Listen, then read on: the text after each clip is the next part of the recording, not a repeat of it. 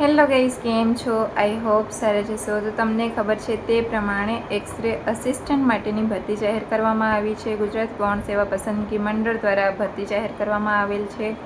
હવે આમાં એજ્યુકેશનની વાત કરીએ તો ધોરણ 12 પાસ માંગેલું છે. સાયન્સ સાથે તમારી પાસે કેમેસ્ટ્રી ઇંગ્લિશ પાસ કરેલ હોવું જોઈએ. કેમેસ્ટ્રી અને ઇંગ્લિશ સબ્જેક્ટ હોવો ફરજિયાત છે. જો તમે 12 સાયન્સ કરેલું છે, ટૂંકમાં કહેવાનું છે કે 12 સાયન્સ તમે કરેલું છે, તો તમે એક્સરે અસિસ્ટન્ટ માટે અપ્લાય કરી શકો છો. હવે આ એક્સરે અસિસ્ટન્ટ માટેનો ફોર્મ છે એ કેવી રીતના ભરવાનો છે તેની સંપૂર્ણ માહિતી આજના આપણા વિડીયોમાં જોવા મળશે તમને. તો વિડીયો છેલ્લા સુધી જરૂરથી જોજો, જેમાં તમને સ્ટેપ બાય સ્ટેપ માહિતી બતાવવામાં આવેલ છે. તો તમે જાતે પણ એક્સરે અસિસ્ટન્ટ માટે અપ્લાય કરી શકો છો. તો ચાલો હવે વિડીયો શરૂ કરીએ. અને જો તમને વિડીયો ગમે તો વિડીયોને લાઇક કરી દેજો, શેર કરી દેજો, અને કોઈ ક્વેશ્ચન હોય તો કમેન્ટ જરૂરથી કરજો. અને અમારા ચેનલને સબસ્ક્રાઈબ પણ જરૂરથી કરી દેજો, જેથી કરીને તમને આવા અવનવા વિડીયોની માહિતી મળતી રહે. તો ચાલો હવે વિડીયો શરૂ કરીએ. તો સૌ પ્રથમ તમારે જે ડિસ્ક્રિપ્શનમાં લિંક આપેલી છે એના ઉપર ક્લિક કરવાનું છે. અને જેવું તમે લિંક ઉપર ક્લિક કરશો એટલે તમે આ પેજ ઉપર રીડાયરેક્ટ થઈ જશો. હવે આપણે એક્સરે અસિસ્ટન્ટ માટે ફોર્મ ભરવાનો છે. ત્યાં સામે ભરતી આપેલી છે. હવે એની સામે અપ્લાય આપેલું છે, એના ઉપર આપણે ક્લિક કરવાનું છે. અપ્લાય ઉપર ક્લિક કરશો એટલે પછી તમને આવી રીતના કંઈ બીજું પેજ દેખાશે. હવે આપણે અપ્લાય નાઉ ઉપર ક્લિક કરવાનું છે. એના બાદ તમને કંઈ આ પ્રમાણેનું પેજ જોવા મળશે. હવે એમાં જો તમે ઓજસ પર પહેલાંથી રજિસ્ટ્રેશન કરેલું હશે તો તમારી પાસે એક OTR નંબર હશે. તે આપણે આ જગ્યાએ ટાઈપ કરવાનો છે અને તમારી બર્થ ડેટ છે એ ટાઈપ કરવાની છે. અને એના પછી અપ્લાય વિથ OTR પર ક્લિક કરવાનું છે.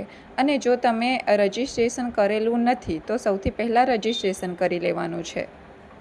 જેવો તમે પોતાનો OTR નંબર અને બર્થ ડેટ ટાઈપ કરશો અને અપ્લાય વિથ OTR કરશો એટલે એના બાદ તમને આવી રીતના કંઈક પેજ જોવા મળશે. તેમાં આપણે ડિટેલ્સ આપવાની છે. હવે સૌ પ્રથમ તમારે તમારું નામ અહીં એન્ટર કરાવવાનું છે. તમારું સરનેમ એન્ટર કરાવવાનું છે. પછી ત્યારબાદ તમારું ફર્સ્ટ નેમ છે એ અહીં એન્ટર કરાવવાનું છે. એના બાદ તમારા ફાધર અથવા જો તમે મેરિડ છો તો તમારા હસબન્ડનું નામ અહીં એન્ટર કરાવવાનું છે. અને એના બાદ તમારે મધર નેમ એન્ટર કરાવવાનું છે. અને એના બાદ જેન્ડર સિલેક્ટ કરવાના છે બંને જગ્યાએ. જેન્ડર સિલેક્ટ કર્યા બાદ ડેટ ઓફ તમારે એકવાર ચેક કરી લેવાની છે. અને એના બાદ મેરિટલ સ્ટેટસ બતાવવાનું છે, તમે મેરિડ છો કે અનમેરિડ. એના બાદ તમારી કેટેગરી સિલેક્ટ કરી લેવાની છે, તમે કઈ કેટેગરીથી બિલોંગ કરતા છો. એના બાદ નીચે અહીં આપેલું છે કાસ્ટ સર્ટિફિકેટ નંબર, જ્યાં તમારી પાસે જાતિનો દાખલો હોવો ફરજિયાત છે. તમારે જાતિના દાખલામાંથી જોઈને કાસ્ટ સર્ટિફિકેટ નંબર એન્ટર કરાવવાનો છે. અને એ કાસ્ટ સર્ટિફિકેટ તમે ક્યારે કઢાવ્યું છે એની ડેટ અહીં એન્ટર કરાવવાની છે. અને એના બાદ કયા રાજ્યમાંથી કઢાવ્યું છે તેમાં કાસ્ટ સર્ટિફિકેટ તે રાજ્ય સિલેક્ટ કરી લેવાનું છે. આટલી બધી ડિટેલ્સ અપાયા બાદ હવે તમારે તમારા એડ્રેસની ડિટેલ્સ એડ કરવાની. સૌથી પ્રથમ તમારે પ્રેઝન્ટ એડ્રેસ તમારો ટાઈપ કરવો પડશે. એના બાદ સ્ટેટ સિલેક્ટ કરી લેવાનું છે. સ્ટેટ સિલેક્શન થયા બાદ તમારે ડિસ્ટ્રિક્ટ જે પણ લાગુ પડતો હોય એ સિલેક્ટ કરી લેવાનો છે.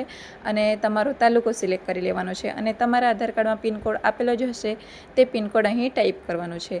એના બાદ તમારે મોબાઈલ નંબર આપવાનો છે. મોબાઈલ નંબર પર OTP આવશે એટલે તમારે જે ચાલુ મોબાઈલ નંબર હોય તે જ આપવાનો છે. અને એના બાદ મોબાઈલ નંબર રીટાઈપ કરવાનો છે.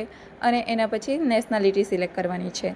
અને એના બાદ બાજુમાં જે પરમનન્ટ એડ્રેસ આપેલો છે તેમાં પણ સેમ ડિટેલ એડ કરી લેવાની છે. અહીં નીચે એક ઈમેલ આઈડીનું ઓપ્શન આપેલું છે, તેમાં તમારી જે ચાલુ ઈમેલ આઈડી હોય તે આપવાની છે. કોમ્યુનિકેશન માટેની બધી ડિટેલ્સ એડ થયા બાદ એટલે કે તમારા એડ્રેસ ને તમારો મોબાઈલ નંબર, ઈમેલ આઈડી બધું એડ થયા બાદ તમારે આગળ વધવાનું છે. હવે જો તમે કોઈ રમતગમતમાં સર્ટિફિકેટ મેળવેલ છો તો તમારે યસ બતાવવાનું છે. અથવા તો તમને કોઈ પર્સનાલિટી ડિસેબિલિટી છે તો તમારે યસ બતાવવાનું છે.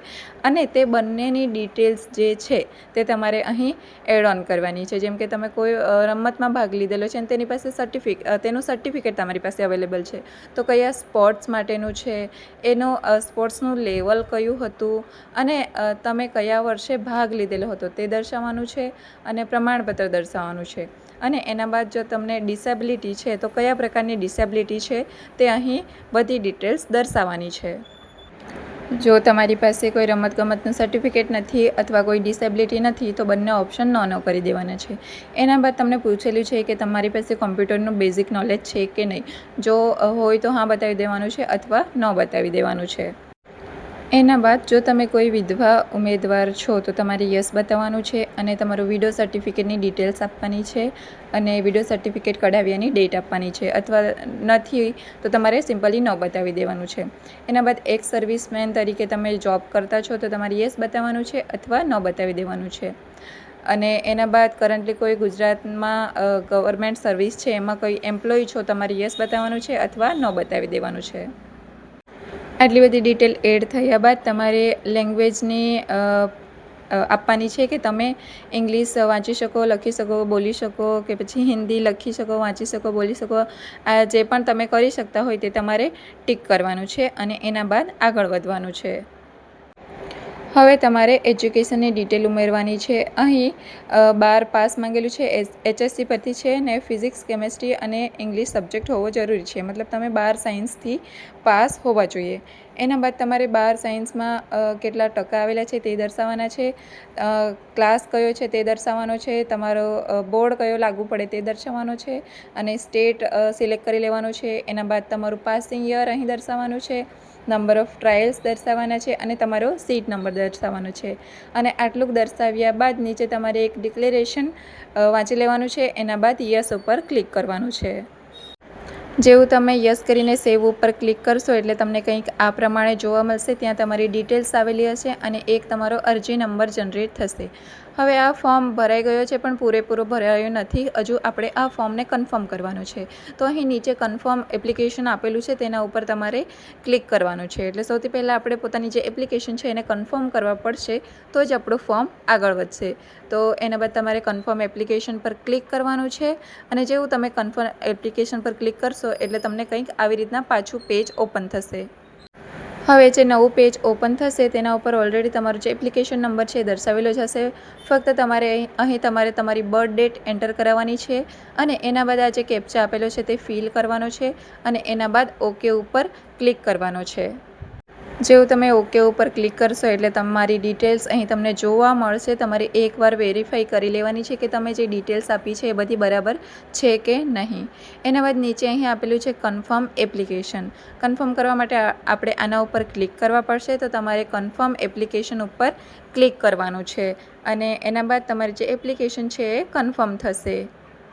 જેવું તમે કન્ફર્મ એપ્લિકેશન પર ક્લિક કરશો એટલે તમને એક કન્ફર્મેશન નંબર અહીં જોવા મળશે અને એના નીચે એક આપેલું છે પ્રિન્ટ. તો તમારે પ્રિન્ટ મેળવી લેવાની છે તમારા એપ્લિકેશનની અને સાચવી રાખવાની છે. એના ઉપર કન્ફર્મેશન નંબર આપેલો જ હશે કેમ કે જ્યારે આપણે કોલ લેટર કાઢવાનું રહેશે ત્યારે આપણને આ કન્ફર્મેશન નંબરની જરૂર પડશે. હવે ફી પણ ભરવાની છે એટલે નીચે અહીં ઓપ્શન આપેલું છે પે ફીસ ઓનલાઈન. હવે એના ઉપર આપણે ક્લિક કરવાનું છે. જેવું તમે ફી ભરવા માટે જશો એટલે ફરીથી તમને કંઈક આ પ્રમાણે જોવા મળશે. તેમાં એડવર્ટાઇઝમેન્ટ સિલેક્ટ કરી લેવાની છે. આપણે એક્સરે અસિસ્ટન્ટ માટે ભરતા છે તો તે સિલેક્ટ કરી લેવાની છે. એના બાદ જે પણ તમારો કન્ફર્મેશન નંબર અત્યારે તમને મળ્યો છે તે અહીં એન્ટર કરાવવાનો છે. એના બાદ તમારી બર્થ ડેટ એન્ટર કરાવવાની છે અને કેપ્ચા ફિલ કરીને અહીં જે આપેલું છે ઓનલાઈન પેમેન્ટ ઓફ ફીસ એના ઉપર ક્લિક કરવાનું છે. જેવું તમે એના ઉપર ક્લિક કરશો એટલે તમને કંઈક આ પ્રમાણે જોવા મળશે. હવે તમને કંઈક આવું દેખાય એટલે નીચે આપેલું છે સબમિટ. એના ઉપર તમારે ક્લિક કરવાનું છે. સબમિટ પર ક્લિક કરશો એટલે તમને પૂછવામાં આવશે કે તમે કઈ રીતે ફી પેમેન્ટ કરવા માગતા છો. ડેબિટ કાર્ડ, બેન્કિંગ કે પછી યુપીઆઈથી. બેસ્ટ ઓપ્શન રહેશે યુપીઆઈ. તો એના પછી તમારે યુપીઆઈ સિલેક્ટ કરી લેવાનું છે. જેવું તમે યુપીઆઈને સિલેક્ટ કરશો એટલે તમને કંઈક આ પ્રમાણે જોવા મળશે.